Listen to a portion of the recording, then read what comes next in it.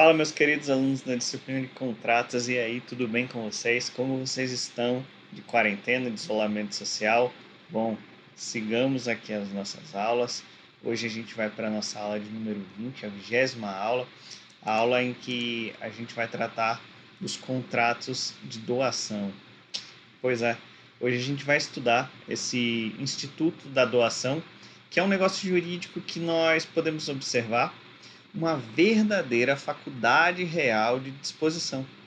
O que é isso? Na verdade, o que vem a ser esse direito? Bom, são direitos inerentes da propriedade, que vai ser objeto de estudo quando vocês estiverem lá no 7º período para tratar peculiarmente, particularmente sobre esses poderes inerentes da propriedade. Hoje a gente vai falar de um deles, que na verdade é essa questão da doação, e que, em poucas linhas, só para introduzi-lo, é o seguinte: o proprietário, quando ele doa, ele exerce um grau máximo desse direito sobre a coisa esta que é a propriedade.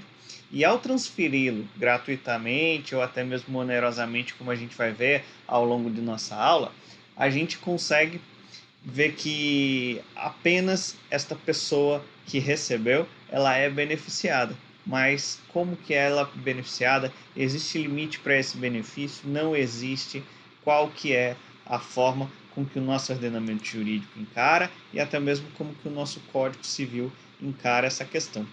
A liberdade, ela é tão relevante que já houve no passado alguns doutrinadores que sustentaram sobre esta inaplicabilidade desse conceito de contrato. Eles diziam que não existia contrato de doação. Na verdade, o que ocorria nessa oportunidade, nada mais é do que um ato negocial, na qual a parte ela sustenta de forma unilateral a sua vontade. Bom, essa parte, ela beneficiária, não manifesta uma vontade contraposta, razão pela qual eles defendiam essa natureza de simplesmente ser unilateral. Lembra quando a gente estudou o conceito básico de contrato, que a gente conversou que trata-se de um ato bilateral? Então, eles se amarravam justamente nesse ponto. Eles diziam que não era contrato, porque o que ocorre, na verdade, aos olhos deles, no contrato de doação, é que estamos diante de um ato negocial unilateral, portanto, não preenche um dos requisitos básicos para você dizer que é um contrato, porque não há essa bilateralidade da vontade. Entretanto, prevalece o entendimento atual no sentido de que a doação ela tem sim uma natureza contratual, uma vez que, por mais que a gente sobreleve essa figura do doador, o donatário ele deve aceitar, sobre pena de não se formar esse consentimento. E o contrato, juridicamente, ele vai ser considerado como inexistente. Vocês conseguem visualizar que há sim uma bilateralidade, tendo em vista que uma parte ela faz essa doação, enquanto a outra ela pode aceitar ou não. Ela não é obrigada a aceitar essa doação. Então, diante disso, o nosso posicionamento atual e majoritário é de que há sim um contrato, tendo em vista que há uma bilateralidade, uma manifestação das duas vontades, uma de doar e a outra de receber ou não. E a doação, ela é um contrato que gera inúmeras consequências jurídicas. A gente pode pegar o nosso Código Civil, se você não está com o seu vadimeco em mão, eu peço que você pause o vídeo e vá buscar. Busque o vadimeco e busque também um caderno para você fazer algumas anotações. Bom, espero que você já tenha encontrado o vadimeco seu, já esteja com o seu código aí na mão. E estando com o seu código na mão, eu peço que vocês abram nos artigos 538 a 564. Pois é, existem vários dispositivos que tratam da doação. A gente encontra no nosso Código Civil a doação sendo contemplada e sendo vislumbrada através desses artigos 538 a 564. Então, já introduzi vocês ao estudo da doação, então bora lá. E o primeiro tópico que eu trago para vocês é a questão conceitual. E logo de cara eu vou fazer um indicativo para que vocês peguem no artigo 538, lá no artigo 538 a gente tem um conceito do contrato de doação. Então, vejamos, eu peço que você pegue a sua canetinha da sorte aí, sua canetinha, faça uma marcação, sublinhe, grife, você pode pintar com o seu marca-texto colorido, com tom pastel, que você comprou lá no início do ano para usar nesse semestre e achava que não ia usar por causa da pandemia. Então eu peço que vocês usem, vamos gastar essa canetinha, no próximo semestre, quando a gente retornar, vocês compram outra, beleza? Então pega aí, vamos marcar, artigo 538. Artigo 538. Considera-se doação o contrato em que uma pessoa, por liberalidade, transfere do seu patrimônio bens ou vantagens para outro. Bom, a gente conseguiu visualizar de forma bem clara. O código ele é direto, ele é curto e grosso ao conceituar o contrato de doação. Ou seja, a gente pode desprender alguns pontos. Vamos trabalhar melhor esse artigo, vamos ampliar esse artigo e ampliar o nosso conceito sobre o contrato de doação da nossa aula remota de número 20, beleza? Doação é aquele negócio jurídico, pega aí a caneta e marca também no seu caderno, vamos fazer uma anotação sobre o conceito. Doação é aquele negócio jurídico firmado entre dois sujeitos, ou seja, a gente consegue visualizar duas partes nesse contrato. A primeira delas é o doador, que é aquele que transfere o bem, certo? Segunda parte é o donatário, que é aquele que vai receber o benefício. Beleza? Ficou claro para vocês essas duas partes do contrato de doação? Pois bem, vamos seguir. A gente já viu que é um negócio jurídico firmado entre duas partes, o doador e o donatário, que por força do qual esse primeiro, que é o doador, ele transfere bens. Esses bens, eles podem ser móveis ou imóveis, para o patrimônio do segundo, que é o donatário. Animado, ele está imbuído nessa transferência de um propósito da beneficência ou da liberalidade de vontade, certo? Esse foi um conceito que a gente vê na maior parte dos nossos doutrinadores e que eu passei para vocês agora de forma bem simples e clara. Se querem que eu repita? Vamos lá. É um negócio jurídico firmado entre dois sujeitos, o doador e o donatário, por força do qual o doador transfere para o donatário bens móveis ou imóveis por força de uma vontade, de um propósito de beneficente ou de uma vontade da liberalidade. Bom, a gente pode ainda falar um ponto mais sobre essa parte conceitual do contrato. A gente já consegue verificar, com base nas aulas que a gente teve de classificação dos contratos, que a gente pode afirmar que nós estamos diante de um conceito, de um contrato, que ele é típico e nominado, cuja essa principal função, cuja principal característica é a unilateralidade, porque impõe a obrigação apenas a uma das partes, que é o doador, certo? Contrato típico, contrato nominado e contrato com prestação unilateral. Apenas uma das partes é que vai ter que cumprir com uma obrigação. Vamos dar continuidade. A gente vai para o nosso segundo tópico agora. Vai ser um tópico um tanto quanto grande. Eu vou falar bastante agora. Vou trazer alguns elementos essenciais e característicos de efeitos e regras do contrato de doação. Então, faz aí um alongamento na mão que você vai anotar agora um pouco, tá bom? Vai pausando o vídeo, depois você entra. E eu quero deixar um ponto claro com vocês. Talvez a gente esteja entrando na parte crítica da nossa aula. E se porventura tiver qualquer dúvida, vocês podem me acionar através do YouTube, vocês podem me acionar através do Moodle, que tem lá a plataforma Moodle, que é a plataforma oficial da FACAP, e tem um tópico de fórum. Vocês podem também me acionar através do WhatsApp privado ou lá no grupo, e você também pode mencionar através do e-mail que eu mando toda a aula para vocês, tá bom? Se você por acaso não está Se você por acaso não está recebendo e-mail, eu peço que você atualize seu e-mail lá na FACAP. que você atualize seu e-mail lá na Facap, que você fale comigo para que eu possa te enviar para o seu e-mail favorito. Eu sei que quando a gente cria o cadastro na faculdade, cria o cadastro em algum lugar, às vezes a gente está utilizando um e-mail, mas com o passar dos tempos a gente para de utilizar esse e-mail e passa a utilizar um outro mais profissional. A gente deixa aquele e-mail que está lá, um apelido de família, para utilizar aquele profissional com nome e sobrenome que a gente quer ser reconhecido, né? Então, é exatamente isso que eu peço para vocês. Se por acaso vocês não estão recebendo esse e-mail, vocês venham falar com a Facap ou até mesmo passe para mim, que eu vou promover esse cadastro aqui na minha disciplina, tá bom? Vamos lá, vamos seguir. Bom, a gente tem algumas, como eu falei para vocês, a gente vai verificar agora algumas regras e alguns efeitos do contrato de doação. E vou trazer para vocês aqui algumas modalidades. São várias. A gente consegue visualizar inúmeras situações decorrentes que podem decorrer desse contrato de doação. O que eu vou trazer aqui para vocês agora é o que a gente verifica que o código discute, que a nossa doutrina discute, ou até mesmo o nosso ordenamento jurídico, seja pelas instâncias superiores, eles estão discutindo no momento. Eu vou trazer para você uma ótica do momento. Talvez até mesmo por ter outras implicações legais, outros entendimentos legais, isso pode ser modificado com o tempo. Mas o que a gente aplica hoje é exatamente o que eu vou trazer para vocês.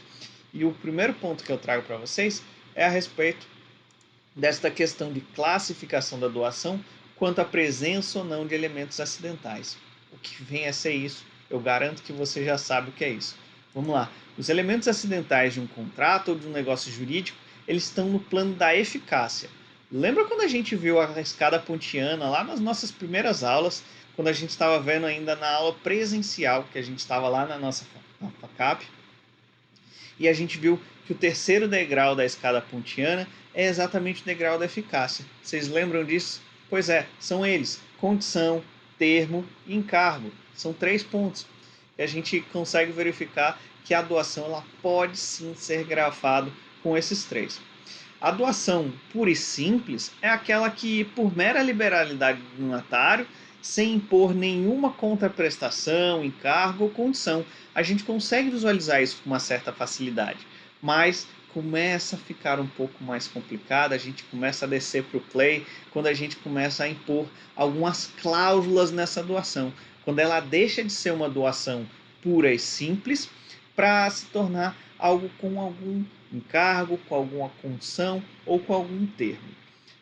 A doação ela pode ser sim condicional, ou seja, grafado com a cláusula de condição, que é aquela que subordina a eficácia desse contrato a um evento futuro incerto. A doação ela também pode ser o que é chamado de doação a termo, ou seja, que tem uma cláusula de termo, que é aquela que subordina a eficácia desse contrato de doação a um evento futuro e certo. E até mesmo pode estarmos diante de uma doação que é chamada doação modal. Isso mesmo, a prática tem esse nome, doação modal, que é aquela que tem um encargo que ela é gravada com um encargo ou até mesmo com um ônus, havendo liberalidade somente no valor de exceder este ônus. Ou seja, nós verificamos que as doações elas podem sim ser grafadas com qualquer tipo daquele terceiro degrau, com qualquer tópico daquele degrau. Pode ser grafada através de uma condição, de um termo ou de um encargo, tá bom? A doação, ela também pode ser remuneratória. Bom, a doação remuneratória é aquela que ela é feita com um caráter de retribuição por um serviço prestado por um donatário, mas cuja essa prestação ela não pode ser exigida pelo último. Ficou claro isso para vocês? O porquê que ela não pode ser exigida? Eu peço que vocês tomem muito cuidado para esse tipo de contrato de doação, porque às vezes ele pode gerar uma certa confusão. Nós temos que ter um cuidado muito grande aqui. Isso porque, caso seja exigível esse serviço prestado, a retribuição ela deveria ser realizada como pagamento, como uma contraprestação de um serviço prestado. E não é o que o contrato de doação remuneratória prevê. O que ele prevê é que haja essa retribuição, mas este serviço que lhe é prestado, não há esse caráter de obrigação, de exigência, beleza? Nós temos também a doação contemplativa ou meritória. Bom, a gente pode verificar através do Vadmeco. Eu peço que você puxe seu Vadmeco agora para frente aí do seu vídeo e marque o artigo 540 do nosso Código Civil, que é o que prevê a doação contemplativa, que também tem uma denominação de meritória. A doação contemplativa é aquela que ela é feita em contemplação a merecimento do donatário. Como exemplo, eu vou citar vocês. Isso mesmo, vocês. Na verdade, eu espero que isso aconteça com vocês e comigo. Vou explicar melhor. Eu vou torcer muito para que isso aconteça. Eu quero que vocês imaginem vocês num futuro que eu espero que seja próximo também. E nesse futuro, você é um grande doutrinador. Você já escreveu livros, você já dá uma série de palestras, vocês têm bons clientes na sua carteira de clientes, vocês têm um bom escritório. Ou seja, vocês estão tendo muito sucesso no futuro de vocês. E talvez vocês se lembrem de um professor de contrato que passou, apesar de ser um recém-professor, que passou algumas lições importantes para vocês que vocês conseguiram carregar para a sua vida profissional. E talvez, eu espero que isso aconteça, que vocês queiram doar alguns livros para mim, por merecimento. Eu acredito que vocês reconheçam esse trabalho que foi feito, reconheçam esse período que a gente está passando e vocês acabem fazendo essa doação, constando inclusive esse motivo no instrumento contratual, tá bom? E aí, tá combinado? Se vocês chegarem nesse patamar, eu espero que isso aconteça. Vou esperar o livro, vou deixar a estante ali com um espacinho reservado para você. Bom, a gente tem também a doação do nascituro. Aí chame de volta o seu código para sua frente e eu peço que você marque o artigo 542 do nosso Código Civil. Marca esse artigo, pega essa canetinha sua, deixa de ter dó da canetinha que você comprou no início do ano e vamos gastar ela. Bom, e nesse artigo a gente consegue verificar que há a seguinte redação: a doação feita ao nascituro valerá sendo aceita pelo seu representante legal. Ou seja, aqui a gente tem uma série de discussões. Aqui a gente tem, inclusive, algumas possibilidades de TCC. Eu sei que tem gente que gosta dessa questão de família, que gosta de discutir bastante sobre nascituro. É interessante esse tópico aqui da doação ao nascituro. Fica aqui uma dica também. E se por acaso quiser algum orientador, eu estou inteiramente à disposição de vocês, tá bom? Ou seja, vamos interpretar melhor esse artigo. O nascituro é aquele que foi concebido, mas ainda não nasceu, certo? Esse conceito a gente já tem bem claro. Esse nascituro, ele poderá receber a doação, mas a sua aceitação, ela deve ser manifestada pelos pais, isso mesmo, pelo pai, ou pode ser também por um curador, que esteja imbuído de cuidar desses interesses do nascituro. Mas nesse último, no caso do curador, é necessário que haja uma autorização judicial. E nesse momento, a gente tem várias indagações e reflexões a respeito do nascituro. Eu não vou ficar aqui divagando muito, afinal não é o propósito dessa aula. Aqui o propósito da aula é falar sobre os contratos de doação e eu estou trazendo aqui uma porrada de tipos de contratos de doação para vocês, de modalidades. Mas eu não posso deixar passar em branco também algumas questões atualizadas. Mas o que eu gostaria de falar para vocês é que esse aludido artigo ele reforça a tese de que o nascituro ele não tem personalidade jurídica material, ou seja, aquela relacionada com os direitos patrimoniais e que só será adquirida se porventura ele for nascido e tiver vida. Ou seja, desde que haja um nascimento com vida, tá certo? Bom, esse é o ponto que eu gostaria de falar com vocês a respeito dessa questão do nascituro, e vamos para o nosso próximo tópico. Doação sobre forma de subvenção periódica. Bom, trata-se de um contrato de doação, contrato sucessivo, em que o doador ele estipula rendas a favor do donatário. O donatário ele vai receber essas vendas, que vai estar estipulada lá nesse instrumento legal, com essa cláusula, em que o doador ele vai pagar, vai dar essas rendas para o donatário. E a gente também tem uma previsão legal, a qual eu peço que vocês marquem, que é o artigo 545. Eu peço que vocês pausem o vídeo agora, que vocês realizem a leitura desse vídeo e depois você dê o play. E eu vou beber uma água enquanto isso.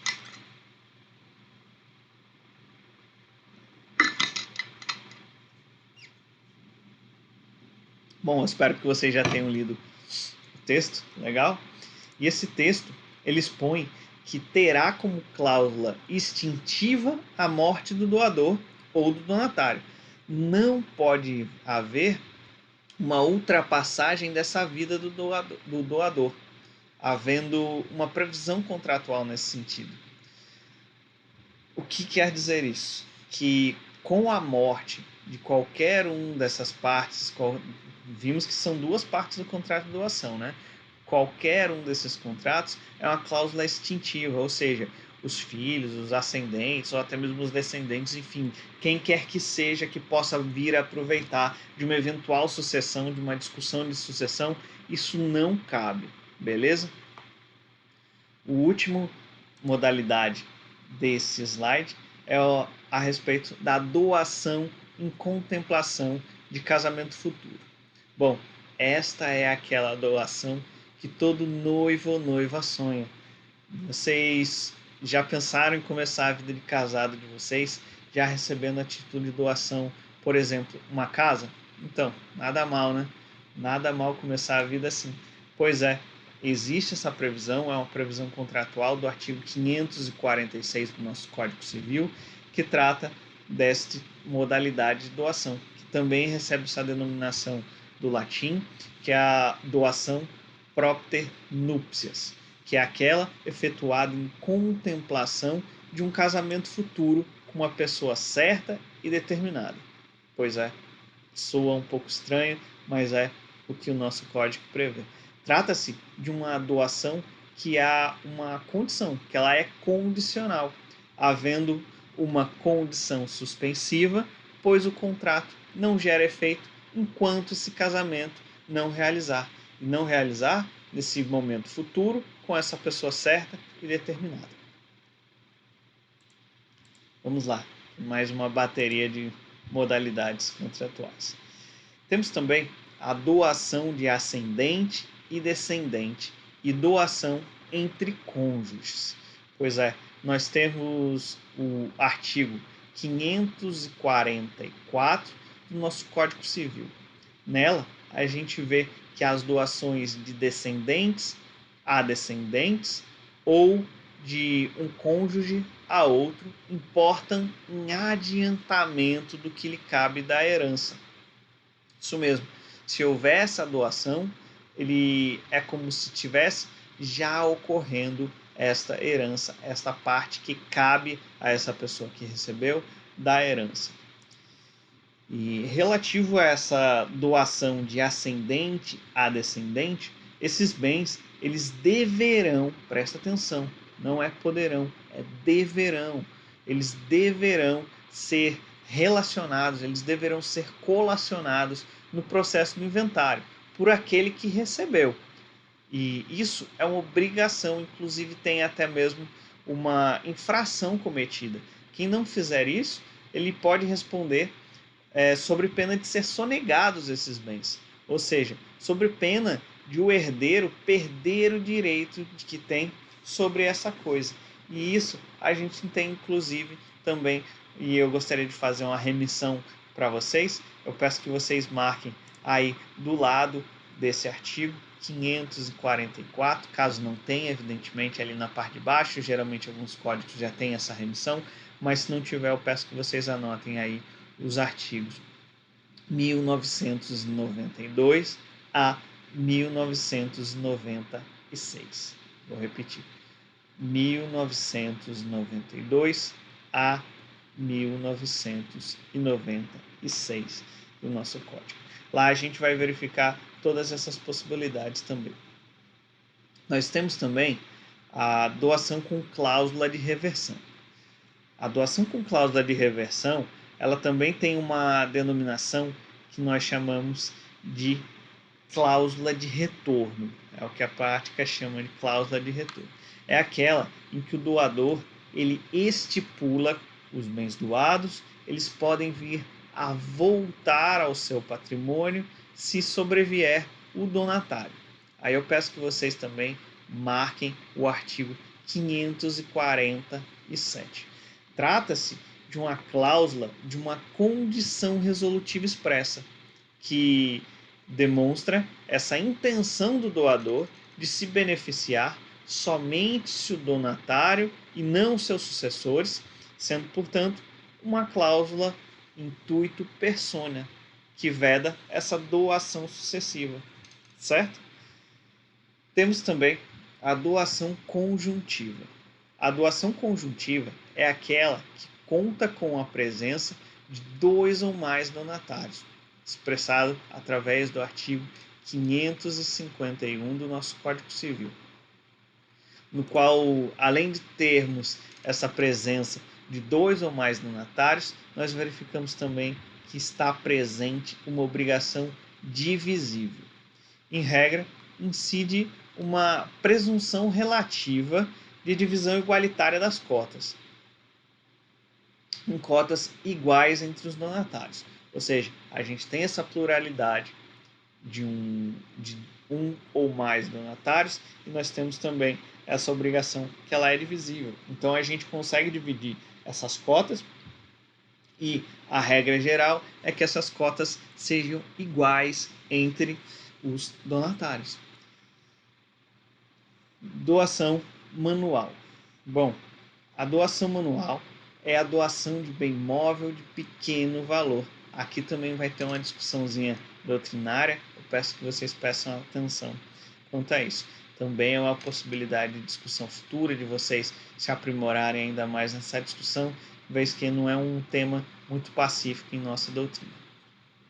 A doação manual, como eu já adiantei, é aquela doação de bem móvel de pequeno valor que pode ser celebrada verbalmente.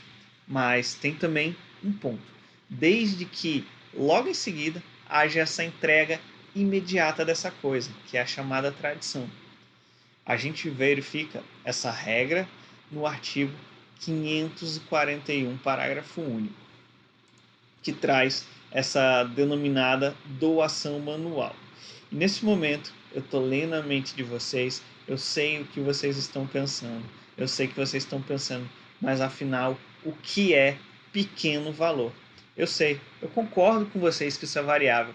Pequeno valor para mim pode ser diferente do pequeno valor seu, que também pode ser diferente do pequeno valor do magistrado. Enfim, não há um ponto pacífico quanto a isso. E para isso, existe uma discussão muito grande na doutrina sobre tentar achar esse conceito de pequeno valor.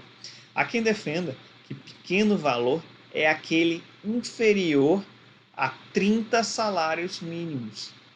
Pois é, para mim isso não é pequeno valor. Para você é pequeno valor? Eu me prendo a essa questão de valor 30 salários mínimos, desde que a gente leve em consideração o artigo 108 do nosso Código Civil. Pause o vídeo, dá uma olhada nesse artigo 108, porque ele é bem interessante. Ele traz uma disposição que aplica como se fosse uma regra geral para alguns pontos, para algumas discussões, quando não há essa fixação de valor. E alguns doutrinadores, eles se remetem exatamente para esse artigo 108 do nosso Código Civil. E nós temos também outros doutrinadores que defendem que deve ser permeado e taxado sobre um salário mínimo. Ou seja, eles dizem que pequeno valor é o salário mínimo. Abaixo disso, pode ser considerado. Se por acaso vir a ultrapassar um salário mínimo, isso já deixa de ser pequeno valor. Ou seja, tivemos essa primeira corrente que defendeu que deve ser um valor inferior a 30 salários mínimos. Já tivemos uma outra corrente que disse que é a respeito de um salário mínimo inferior a um salário mínimo. Mas veja, tudo vai depender do referencial. Como é que eu posso falar que algo é de pequeno valor se eu não tenho referencial? Talvez, se eu tiver, por exemplo, um álcool em gel e eu for comparar com um carro, o álcool em gel ele é de pequeno valor. Mas talvez, se eu for comparar esse carro com uma ilha, o carro passa a ser de pequeno valor se eu comparar com a ilha. Concordam que isso é um tanto quanto complexo?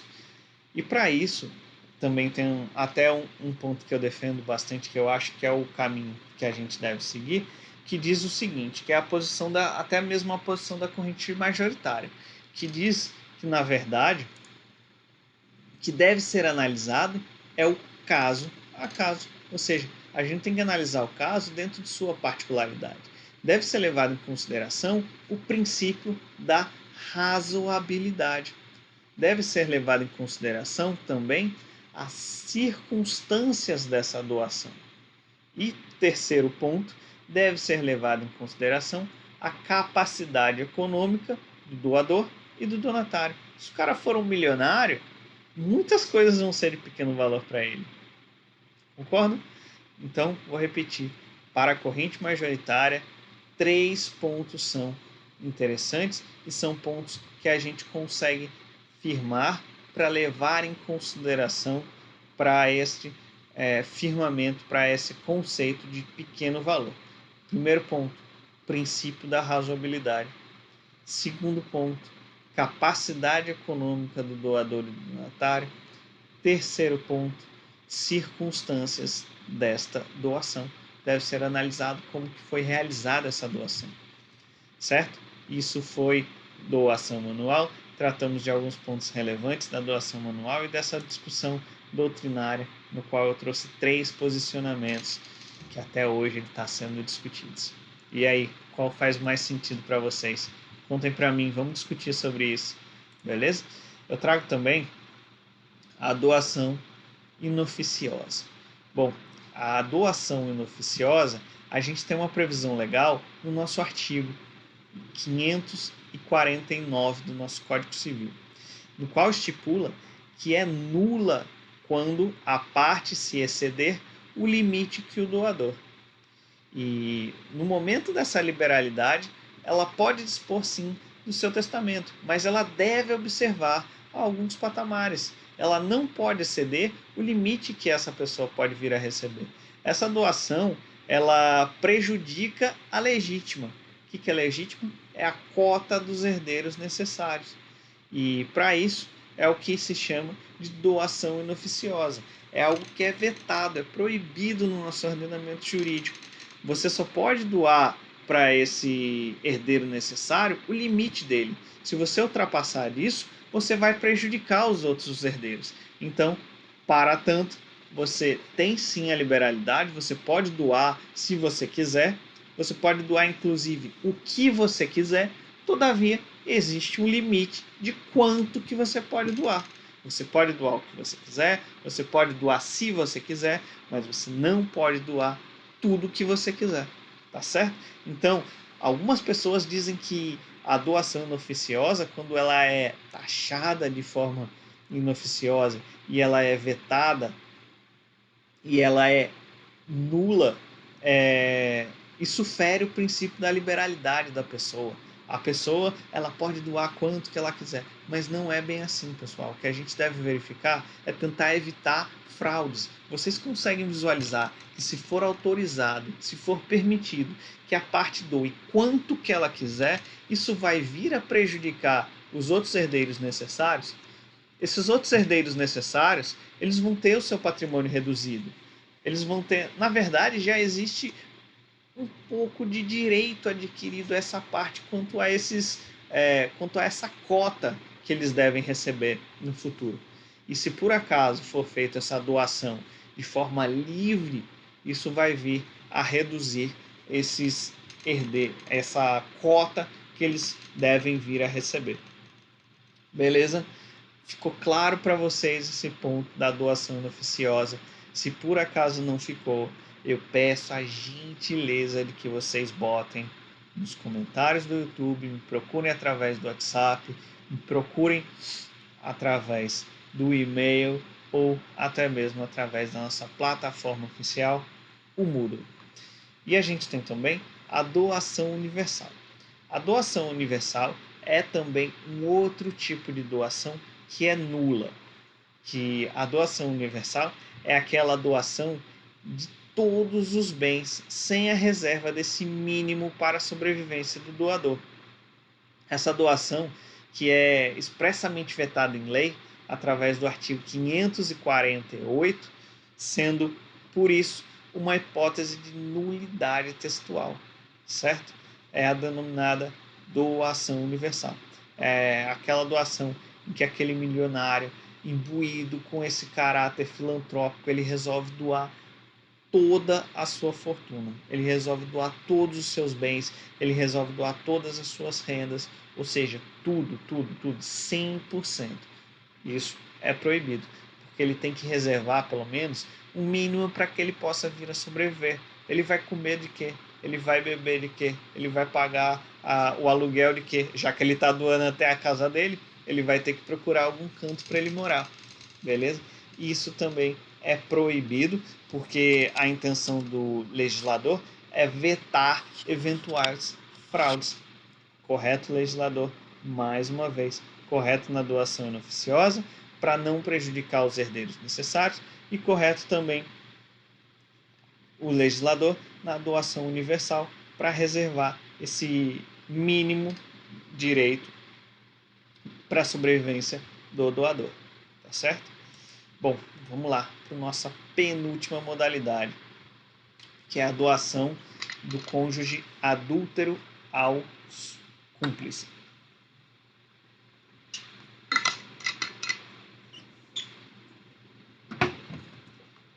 Bom, para isso, pegue o vadimeco de vocês também, marquem o artigo 550. Nesse artigo, a gente vê que é anulável. Olha aí, mudou a figura, a gente estava vendo até agora questões nulas, agora a gente está vendo a anulável. A doação do cônjuge adúltero ao seu cúmplice, ela é anulável, porque a doação desse cônjuge, desde que proposta essa ação anulatória pelo outro cônjuge ou até mesmo pelos herdeiros necessários, em até 2 anos é o que prevê o nosso código. E há 2 anos, ele inclusive já prevê também um ponto que é dar início dessa contagem prazal, que é a partir dessa dissolução dessa sociedade conjugal. Bom, esse dispositivo ele vai também ter algumas discussões. Talvez quem goste de direito de família já tenha visualizado algumas possíveis eventuais discussões que a gente vai discutir agora. Bom, o dispositivo ele merece críticas e comentários, pois ele apresenta uma série de problemas. Primeiro, está na problemática, está na proibição que tem por alcance somente as pessoas casadas, não se aplicando a solteiros, separados ou até mesmo divorciados. Esse é o primeiro ponto. Segundo ponto é que é condenado essa questão de utilização dessas expressões, adúltero e cúmplice, que já estão inclusive superadas. A gente já teve diversas discussões entre doutrinadores, entre civilistas do ramo de família, que eles já encaram como superada a utilização dessa expressão. Até mesmo essa indicação dessa eventual culpa pelo fim do relacionamento. E eu acredito que se tiver algum entre os meus queridos alunos dessa disciplina de contratos que gostem de família, já devem ter sentido arrepio até mesmo quando eu usei essa expressão logo quando eu iniciei a minha fala a respeito da doação do cônjuge adúltero ao seu cúmplice. Pois é. E o terceiro ponto que merece uma discussão, aqui já é uma discussão mais processual, é o seguinte: o artigo 550 ele entra em total conflito com o artigo 1642, porque nesse primeiro citado, como eu já falei para vocês, a questão prazal estipula que deve ser no prazo de 2 anos. Já o artigo 1642, inciso 5º, determina que o prazo é de 5 anos. E daí? É de 3 anos ou de 5 anos que deve vir a acontecer? Bom, essa é a discussão e isso tem ainda muitos pontos que a gente visualiza na nossa doutrina e aqui fica uma recomendação minha. Se for para utilizar algum prazo, use de 2 para garantir logo esta questão. Mas se por acaso você estiver diante de uma situação que tenha ultrapassado os 2 anos, mas esteja dentro dos 5 anos, então você vai sustentar o seu pedido pelo artigo 1642, inciso 5º. Vai estar errado? Não, vai estar certo. Até porque o código determina isso. Beleza? Agora vamos para a nossa última modalidade. Nessa última modalidade, que é a doação à entidade futura, a lei ela possibilita a doação a uma pessoa jurídica que ainda não venha a existir.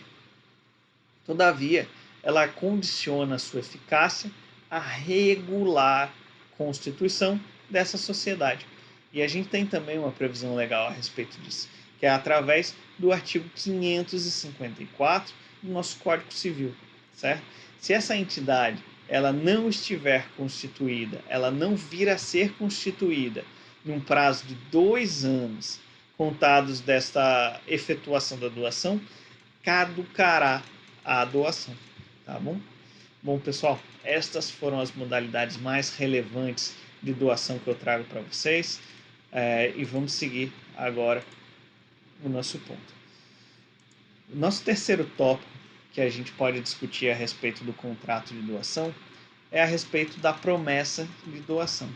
Isso mesmo, isso é algo muito comentado, possivelmente vocês já devem ter discutido.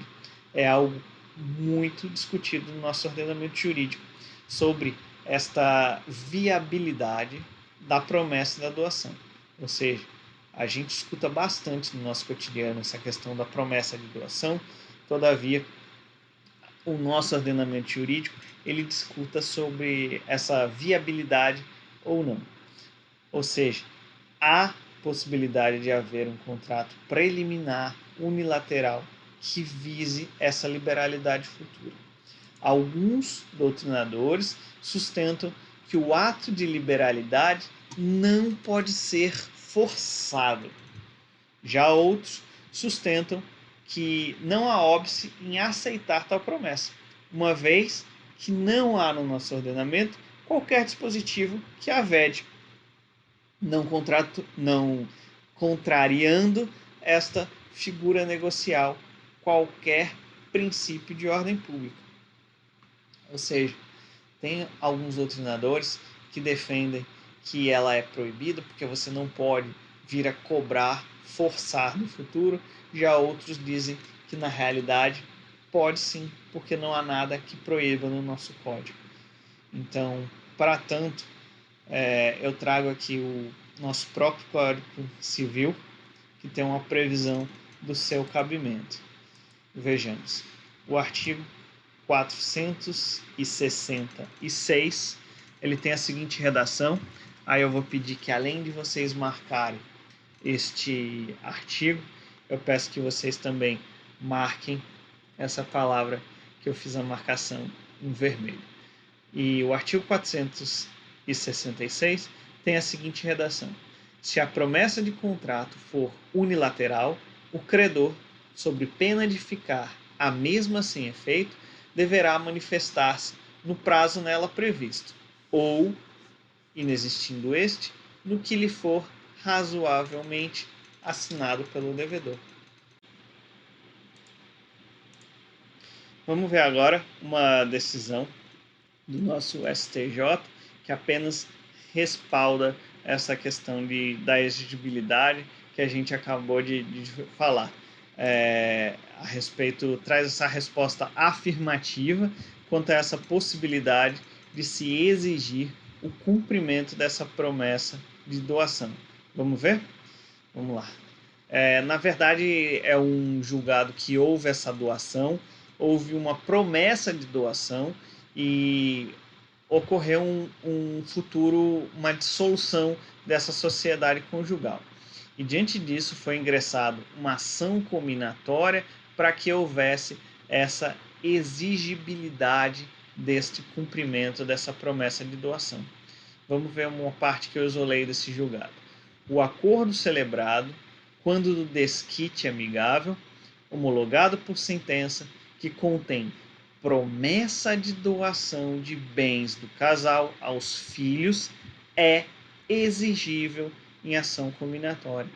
Ou seja, o STJ ele respaldou esse acordo que foi feito quando houve essa dissolução dessa sociedade conjugal, em que havia uma promessa de doação dos bens aos filhos.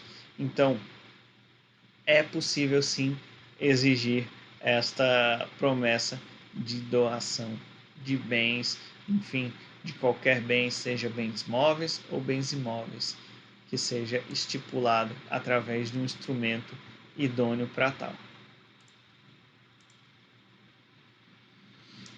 E o nosso quarto ponto é a respeito da revogação da doação.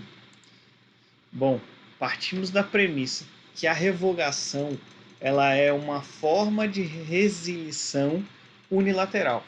Lembra quando a gente estudou a extinção dos contratos, que a gente tratou de revogação? Vou repetir para vocês. Revogação é uma forma de resilição unilateral. De extinção de um contrato por meio de um pedido formulado por um dos contratantes, em virtude de uma série de fatores, tais como a quebra de confiança entre eles.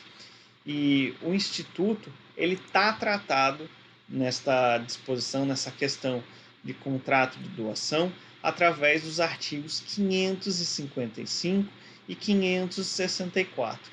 E é reconhecido o direito potestativo, isso mesmo, em favor do doador. Vamos dar uma olhada. A revogação ela pode ser feita por dois motivos, quais sejam a ingratidão do donatário ou pela inexecução do encargo ou do modo. Bom, eu acredito que não haja maiores dificuldades quanto a essa segunda hipótese, a hipótese de inexecução de encargo ou modo. Mas a respeito desse primeiro tópico, eu acho que é interessante a gente discutir um pouco e eu gostaria de trazer para vocês, na verdade, um rol que originariamente ele foi dado como taxativo. Isso mesmo, originariamente taxativo. E mais à frente a gente vai discutir o porquê que eu não posso mais afirmar o porquê ele é taxativo. E vamos lá dar uma olhada no artigo 557. Artigo 557.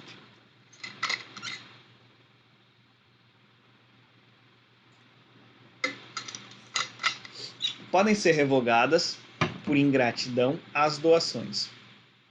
E aqui a gente tem 4 incisos. Inciso de número 1.